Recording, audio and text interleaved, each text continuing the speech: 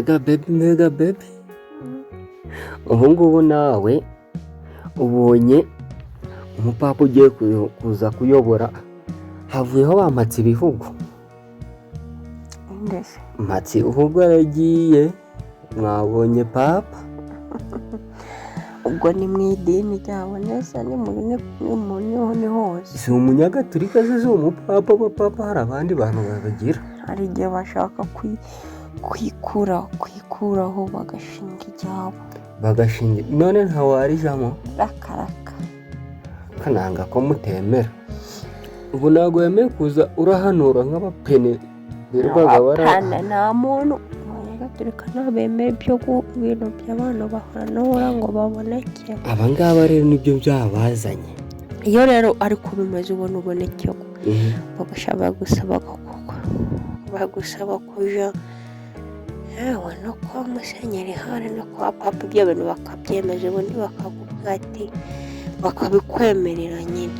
Uyu mupapa rero waje uyu nguyu yagiye gukemura ibyo byose, yokoza arabesha abantu ngo bari kuboneka. Ukumva se n'akanyenyeri ubu kamenyekanye kari kwinjiraho amafaranga yo kuri momo, akweshakira amafaranga gusa. Oya nese si bagiye kuza bahanura iki se kaba ari ukubesha. Ariko ngiye kuva navuka niho nakumva ngo idini rya Gatulika havuyemo abantu bari guhumura bajya gushinga iryabo. Niho se wabyumva. Hari abantu uzi nese ubona abangirikani ntabwo bazi, abangirikani bameze nk'abanyagatulika nyine uzi igihe bagereye kuri nosi.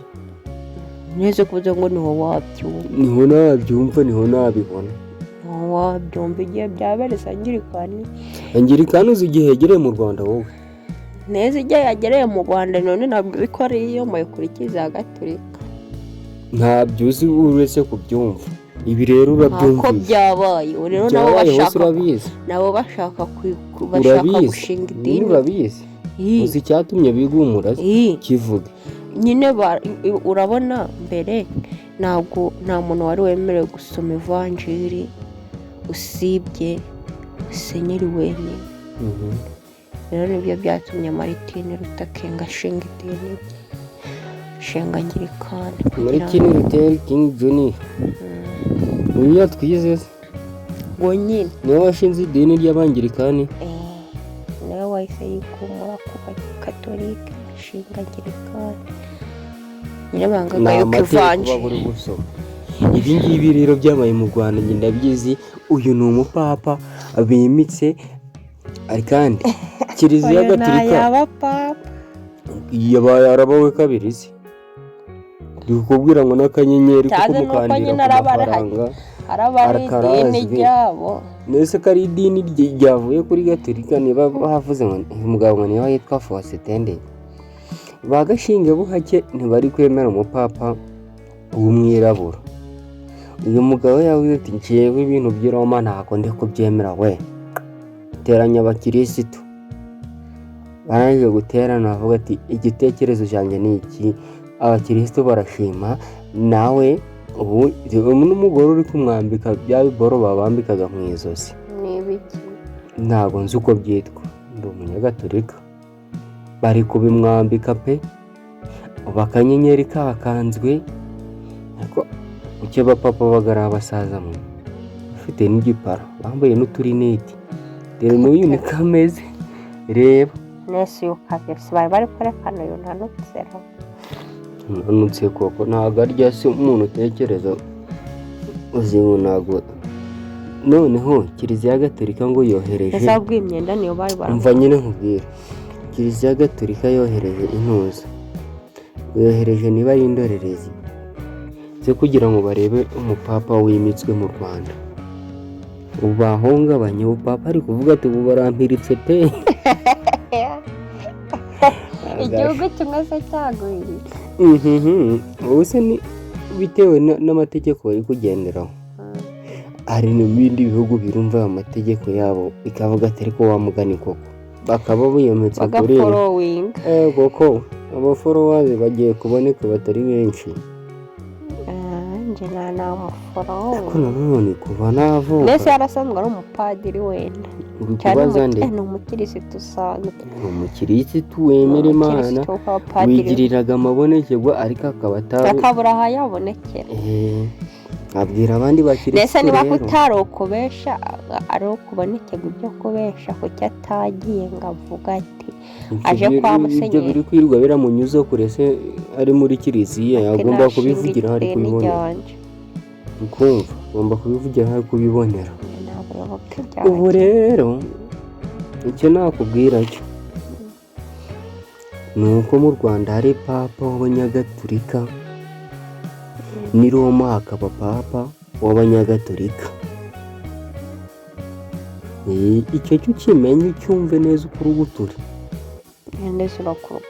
kandi akanyenyeri kari bati n'ejo bundi ukazabura ngo yewe ngo nisangiye Faustin da ngo niwe mupapa. Ukomeza babagwa n'abazungu ni guco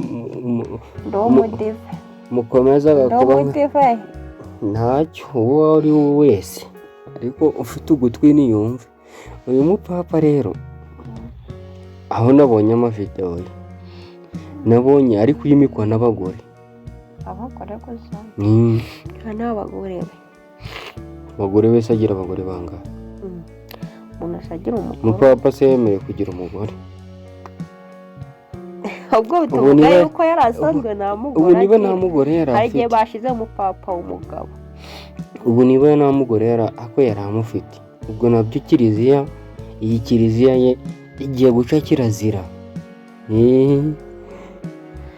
Ubu igiye kuza bimika abapadiri babaga bafite abagore.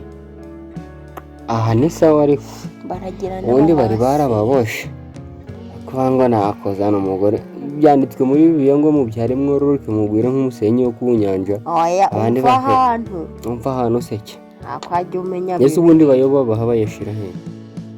Yashira wose agwa amafaranga yashira, ntatunga ubuzima bwawe. Watunga ubuzima bwawe nta kana ntacyo, akana saba gupfupfu bakaguhambana ikara. Baba we byose no gupfa ubwenge bwanyu, ariko hagera ubu bagwitereye mu kibuno.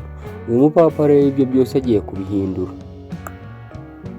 Nese ibyo hari ubahatiraga kujamo, hajagamo ubishaka wumva bishoboka. Vuga gake se witontoma di. Vuga gake. Goodbye. Padiri ko yabonetse uri kumbaza niba ari na papa wo mu Rwanda yabonetse. Yakubonekeye nyine. Uyu Roma rero nawe yagize ubwoba, atangiye kohereza abantu ngo baje kureba uyu mugabo bimitse. Uyu mugabo rero kwisi itangazamakuru byose biri kumuvuga. Arabapapa ku isi. Ku isi nyine Nyarugenge koko. Ibyo nakubwiye yagendeyeho uri kubyumva.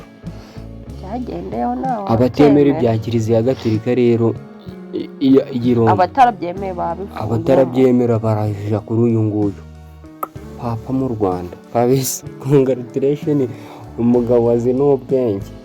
Giye bari barabeshe we. Abo hese no kugira abajyo dufaranga. Nese ubundi natubari yadutangaga nawe agiye kuturya. Twatanze agiye kutugaruza noneho aby'inkindi ziritse. Neze ifite ubundi tsengeye ko bazifunda nuko baza baraturira kuri mama. Ni kuri mama ko. Hari na Kiliziya ari mu Rwanda. Yes. Aya naje kwigisha saka bivuga bakavuga ati ni wowe wacu. Yegesha se niba atarasanzwe ari umupadiri araje imbere yigisha muri Kiliziya. Abapadiri se nibo bigisha. Ayo nyine. Uziko nta n'ubwenge ugera ahari. Abapadiri nibo bigisha muri Kiliziya gusa. Ngavuga bigisha. Ndakubonye se umbonye. Ndakubonye se umbonye. Abapadiri nibo bigisha muri Kiliziya gusa. Azara kuboneke. Kandi byarangiye reka nze nkanda akanyenyeri hubwo.